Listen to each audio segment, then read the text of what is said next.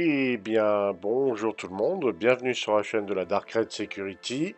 Alors aujourd'hui, on va parler un peu des actualités, il n'y en a pas énormément. Alors apparemment, on est le 25 dans la soirée, enfin peut-être, je dis bien peut-être, on va avoir pour les Evocati une première ébauche du patch 3.24. Il était temps, de multiples retards pour cause de pas mal de bugs bloquants. Donc ils avaient reporté plusieurs fois le patch et là apparemment ils ont trouvé une solution et ils vont le sortir peut-être ce soir à condition que tout se passe bien bien sûr, ce qui n'est pas garanti du tout. L'autre actu, c'est une sorte d'interview j'ai trouvé ça sur Pipeline. En fait, ils font un résumé avec John Crow. Il y a aussi Zillow, il y a Erin Roberts qui ont parlé. Alors, ils parlent de la gestion des ressources. Alors, ils disent que ça concerne principalement les navires à équipage multiple, hein, les multicrews. Par exemple, les relais dans la version 4.0. Ils ont prévu entre 10 à 15 vaisseaux les plus populaires qui seront configurés avec ce système. Donc ça concerne l'ingénierie des vaisseaux, le gameplay ingénieur, on va dire. Euh, alors, le système de gestion des ressources remplace le système de canalisation. Donc changer tous les navires prendra beaucoup de temps. Chaque vaisseau prendra en charge le système de gestion, donc pour le gameplay ingénieur.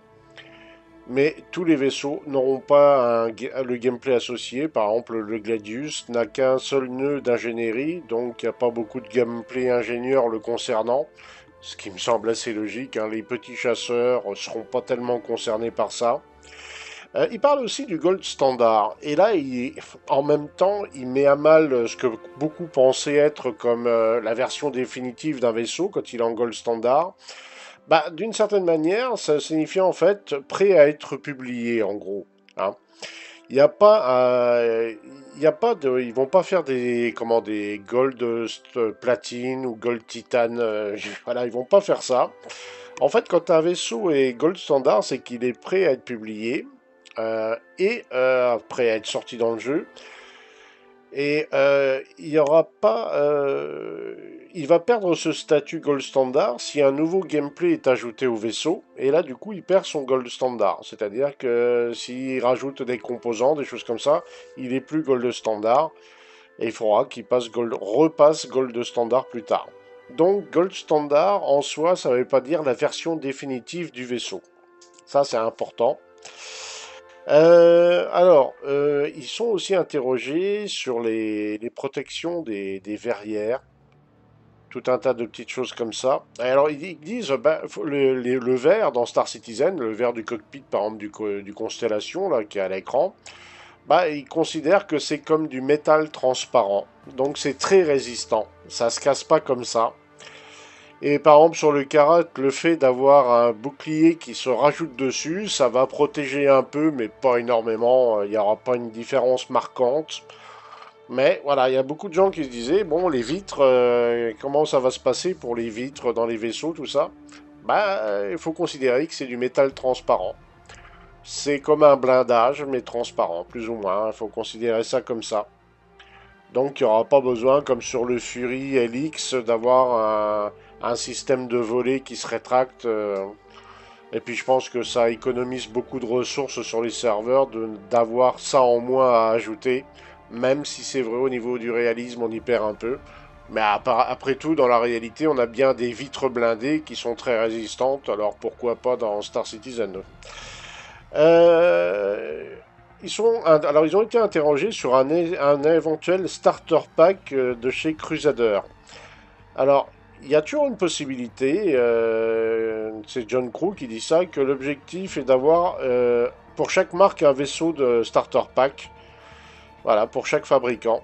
Mais il est resté évasif et a laissé entendre que l'un des navires qui sera révélé à la CitizenCon, donc la prochaine, hein, de 1954, ça pourrait effectivement être un starter pack Crusader. Mais il ne l'a pas directement confirmé, hein. On espère que les navires... Alors, ils disent, on espère que les navires seront porteurs. Alors, ils veulent pas que les navires explosent, hein. Les navires réagissent déjà mieux avec la nouvelle technologie, par exemple aquatique, où quand on se posait avant dans l'eau, le vaisseau explosait. Là, ça le fait moins, quoique encore, hein, par moment, ça dépend. Mais il reste beaucoup de travail à faire. Ils n'ont pas de projet dans un futur proche pour des navires conçus pour flotter sur l'eau. Et pas non plus de bateaux dans le PU, hein. Et donc ça, ils n'ont pas du tout pensé à instaurer des bateaux flottant sur l'eau. Ça, c'est pas prévu. Euh, et pour des vaisseaux qui peuvent flotter sur l'eau, c'est pas prévu non plus. Il n'y a pas de date pour le Misk Raptor. Et c'est dans Squadron c'est dans Squadron 42 comme atout d'arrière-plan. Alors, Erin Roberts suggère que le test de maillage de serveur, donc le serveur machine en cours, sont un signe positif pour Pyro cette année. Euh, Zilo, lui, dit en outre que le passage de la version 3.23.2 à la version 3.24 ne modifie pas l'objectif de la version 4.0. Ne modifie pas. Il voulait peut-être parler des dates, de l'échelle des dates.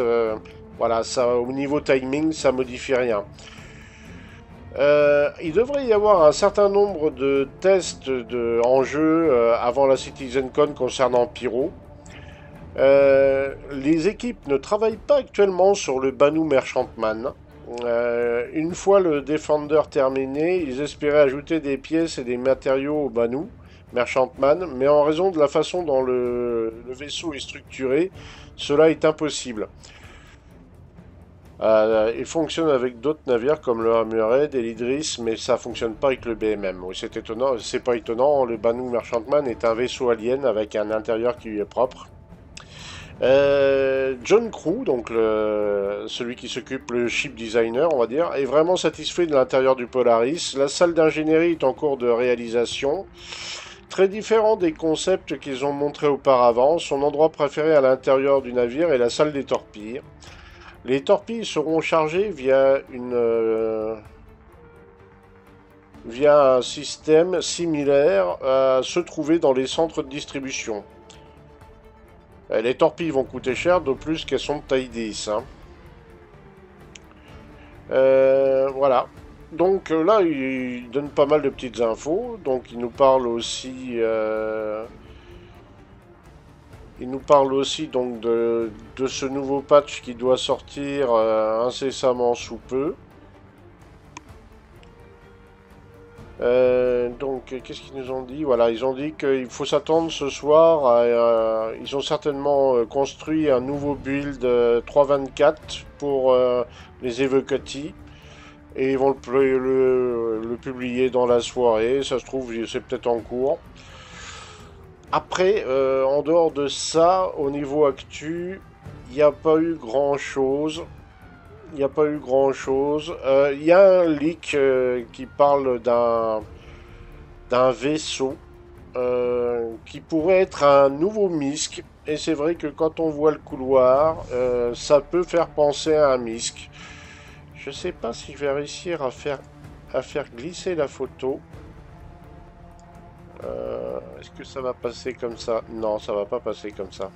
Tant pis.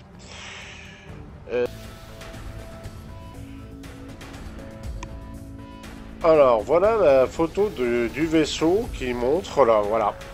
Ça pourrait être potentiellement un nouveau MISC quand on regarde la porte, quand on voit le couloir ou le cargo. Un nouveau MISC ou une version modifiée d'un MISC, allez savoir. En tout cas, bon, l'image est passée comme ça, donc on verra bien ce que ça donne.